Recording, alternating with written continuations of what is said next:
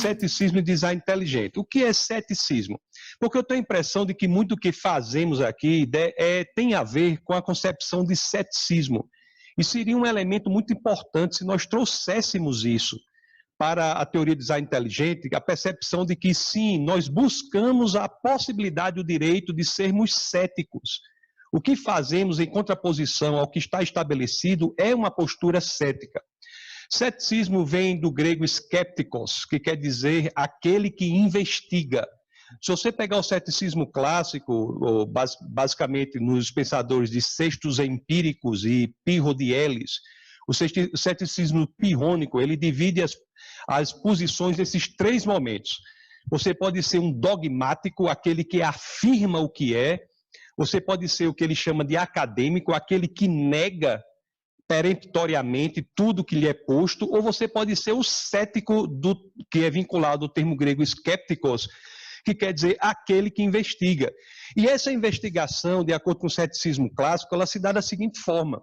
Você tem um modelo estabelecido, com certas evidências para esse modelo, certos fatos para esse modelo, e o trabalho do cético é buscar, com base naqueles mesmos fundamentos, um outro modelo que é incompatível com o anterior, o que ele chama de equipolência. Você tem um modelo com base nos fundamentos, com base naqueles mesmos fundamentos, você busca um alternativo incompatível com o anterior, com base nos mesmos dados. Então, isso daí é o que nós fazemos. Existe um modelo estabelecido aí de evolução, e o que fazemos é buscarmos, com base nas evidências, um modelo alternativo incompatível com o primeiro, para que, diante disso, as pessoas se posicionem. Não existe algo pessoal, existe apenas um exercício que devemos, penso eu, chamar de um exercício do cético. É isso que fazemos.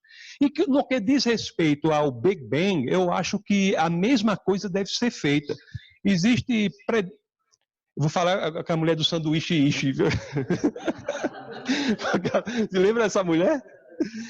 No que diz respeito ao Big Bang, eu tenho a impressão que temos que ter a mesma postura, né? Eu vi aqui no começo do evento que havia quase que um entendimento generalizado de que o Big Bang é uma solução naturalista para a realidade do universo. E eu gostaria de dizer a vocês que eu penso que não é. O Big Bang não é uma solução naturalista, pelo contrário. Então é isso que eu vou tentar falar aqui. O ponto inicial para nós entendermos isso é nós buscarmos na produção intelectual humana, na história da humanidade, como o homem falava sobre o universo. E se você pegar, pessoal, qualquer literatura, qualquer livro, desde a antiguidade clássica, durante todos os séculos, até o idealismo alemão, em meados do século passado, toda a produção intelectual humana tratava de um tipo de universo específico, que é o universo que os físicos chamam de estático, que podemos popularmente chamar universo eterno, sem início. Esta é a aposta, o modelo naturalista, o universo sem início. Por quê? Porque o universo sem início não dá espaço intelectual para a questão de quem é a causa, ou o que é a causa. Se o universo não veio a existir, nós não temos que perguntar, não há espaço para perguntar quem criou aquilo que não é criado.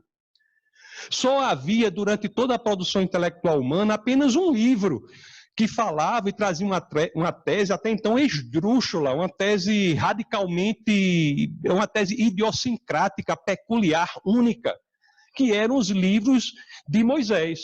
Então, nós temos na tradição judaica, que é uma produção intelectual importantíssima, que influencia toda a humanidade, o Ocidente, e havia essa tese esdrúxula ali.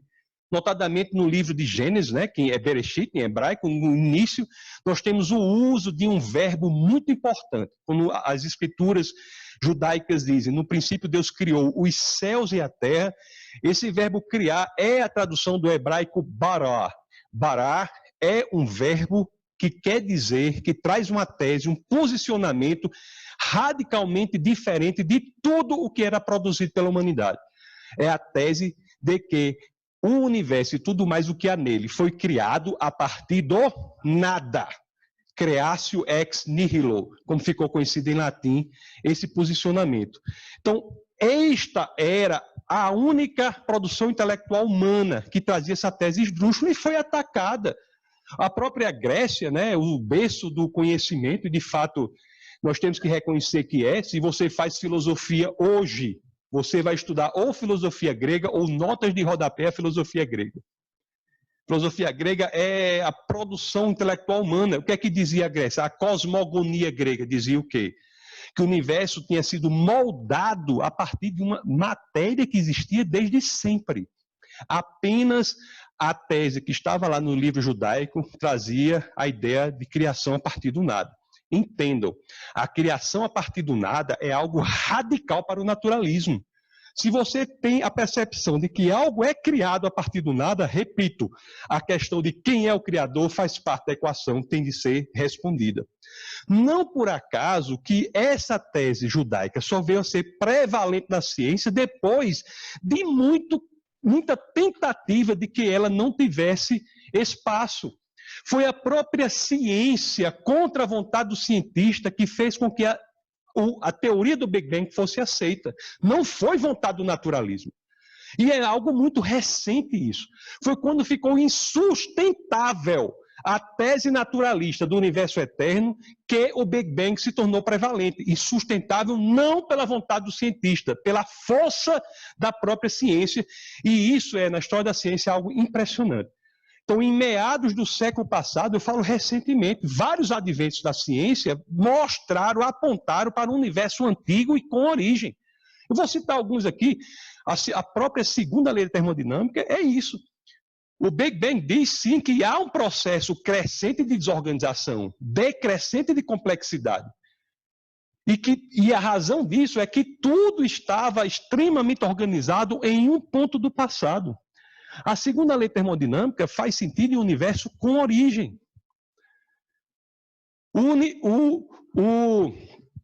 A descoberta pelo telescópio Hubble, como vocês bem sabem, da expansão do universo. Não é? Através do efeito redshift, você tem que as galáxias estão se expandindo. Isso era um argumento importantíssimo a favor da ideia de que, sim, estavam juntos em um ponto do passado. Inclusive, um grupo de cientistas liderados por Villekan foi estudar a expansão do universo e a conclusão a que chegaram, que o universo não só se expandia, mas se expandia aceleradamente. Se expandia de forma tal que o futuro desse universo é uma grande sopa cósmica, fria e sem sentido. E aqui eu abro um parênteses, por favor, me entendam. E as escrituras, e agora cristãs, são a única que falam em duas criações. Compatível também com isso, quando ela vai dizer o quê? Que veremos em novos céus e nova terra. Este daqui será inservível para a vida. Tem a ver com a expansão, compatível. Radiação de fundo, outro exemplo que foi levantado, e isso, a radiação foi levado para a prova do Big Bang. Como foi dito, Penzias e Wilson, no laboratório Bell, contaram interferências nas antenas. No começo achavam até que tinha sido interferência de pombos nas antenas, mandaram limpar, fizeram de novo, encontraram o mesmo ruído. Quando foram ver, o ruído tinha o mesmo padrão esperado para a radiação proveniente do Big Bang. Isso é história da ciência. Isso é história da ciência. Nós vamos dizer o quê? Galáxia semente. A própria teoria da relatividade, que é recente. Recentíssima. Albert Einstein é recente, nasceu em 1879 na cidade de Ulm, no sul da Alemanha, morreu em 1955 em Princeton, nos Estados Unidos, 1955, recentemente. Ele, quando faz a teoria da relatividade, ele olha para a relatividade, e a relatividade só faz sentido, como vocês sabem, o universo com origem. Vocês acham que ele ficou feliz com isso? Não! O cientista não quer o universo com origem. Por quê? Repito, porque isso traz a questão da causa. Então, o que é que ele faz? Ele coloca uma constante cosmológica na teoria para que passe a dar um modelo de universo sem origem. E quando ele coloca essa constante, a contraparte formal da teoria, a matemática da teoria, gera uma divisão por zero. E ele é forçado pela matemática a retirar a constante. E isso, tempos depois, ele vem dizer que foi o pior erro da vida dele, ter colocado essa constante. Então, a relatividade passa a dar um modelo de universo com origem. A existência de urânios radioativos. Se o universo fosse eterno, todos teriam tido mais do que tempo suficiente, que é a eternidade, para decair e até chumbo. Como encontramos urânio radioativo, isso é uma prova de que o universo teve origem. Argumentos filosóficos também. O fato de nós termos o dia de hoje é uma prova de que o universo tem origem. Por quê? Porque nós, intelectualmente, conseguimos ver a infinitude para o futuro, mas se o universo não tivesse tido origem e fosse eterno, a infinitude também estaria para o passado. E como você poderia acrescentar um elemento a um conjunto infinito? Não há como acrescentar um elemento a um conjunto infinito de objetos reais, e os dias são objetos reais. O fato de hoje ser hoje é uma prova intelectual de que o universo teve origem. Então, nunca, nenhum naturalista quis teoria de Big Bang, não. Lutaram com todas as suas forças, é uma luta visceral contra o Big Bang. O Big Bang representou a rendição da ciência ao que as escrituras, os livros de Moisés estavam dizendo há mais de 3 dezenas de séculos. Que tudo foi criado a partir do nada, e o nada é o nada mesmo. E quando eu falo sobre isso, eu tenho muito problema intelectual em dizer o que é o nada. Porque é muito difícil dizer o que é o nada. É muito difícil o que é o nada. É muito difícil. Aí eu me rendi. Trouxe emprestada a definição de Aristóteles sobre o nada.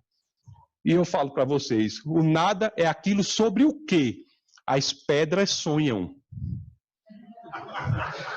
É a melhor definição. E o que queremos dizer com isso? O que queremos dizer com isso? Que o tempo é diferente de nada.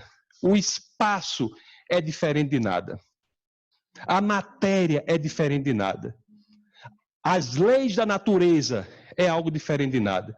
A teoria do Big Bang simplesmente diz que matéria, espaço, tempo, leis da natureza, tudo vieram a existir juntamente com o universo. Qual é o naturalista que quer isso?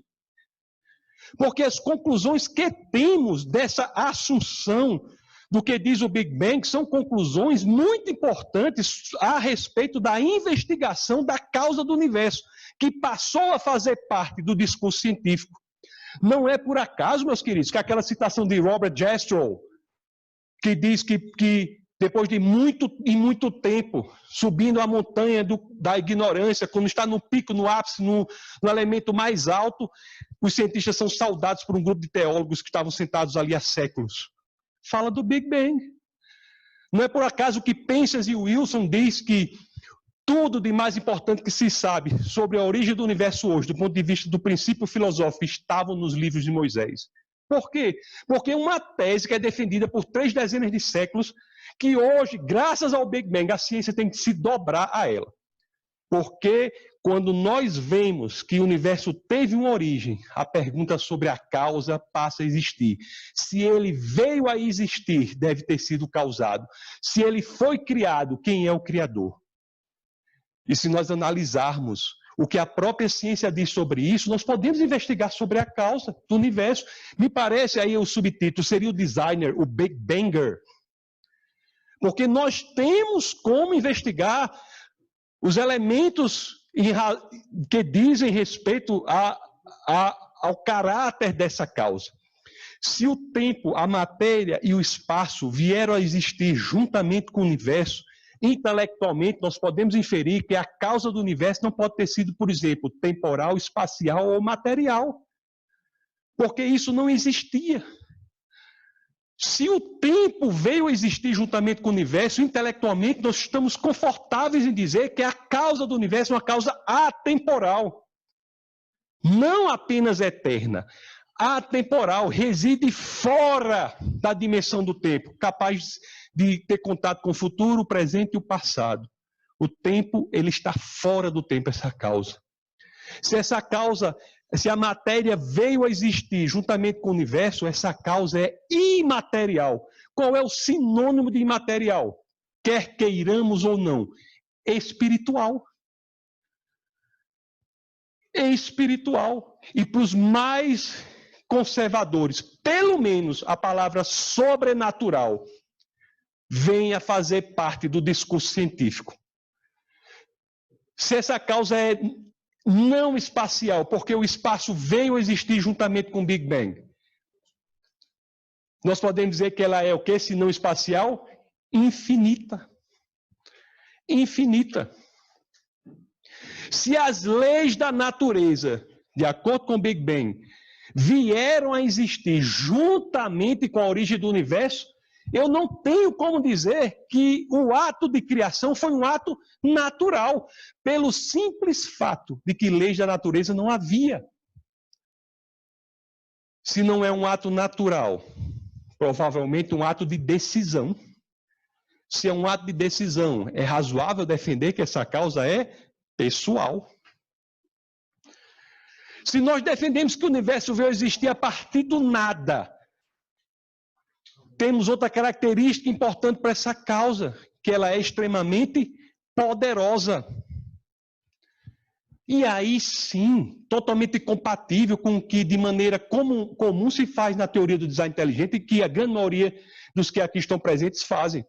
Quando analisamos como esse universo é estruturado, nós vemos que é uma sintonia extremamente perfeita, uma sintonia fina ali, no universo. Não é como eu não preciso nem me aprofundar nisso, como vocês bem sabem, a probabilidade, o princípio de Borel na matemática diz que uma chance em 10 elevado a 50 é probabilidade zero, portanto, impossibilidade. Qual é a probabilidade de nós termos todos esses elementos no universo milimetricamente sintonizados? Se forem 122, numa versão conservadora, de constantes antrópicas minimamente sintonizadas, a probabilidade de termos, por acaso, tais constantes sintonizadas é de uma chance em 10 elevado a 138.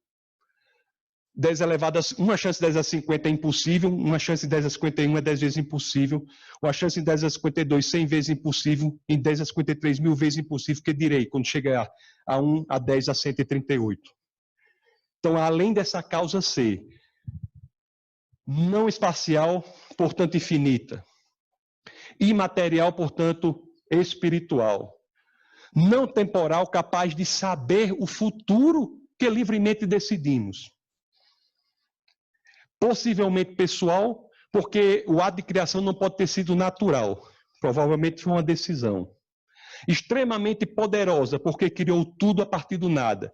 Também é extremamente inteligente, porque é capaz de sintonizar todos esses elementos milimetricamente para que a vida seja possível. Portanto, meus queridos, nós temos que abrir os olhos e ter uma outra posição possível. O Big Bang nunca foi opção para naturalista, nunca. A teoria do Big Bang é a rendição do naturalismo aos livros de Moisés. O que o naturalista sempre quis na história da ciência e por séculos lutou foi para um universo estático, um universo eterno. Não manteve esta posição simplesmente porque a ciência não permitiu. Então, são com essas palavras, seguindo a orientação da doutora Ana, que eu encerro minha apresentação e abro para as perguntas no tempo ainda que resta. Muito obrigado.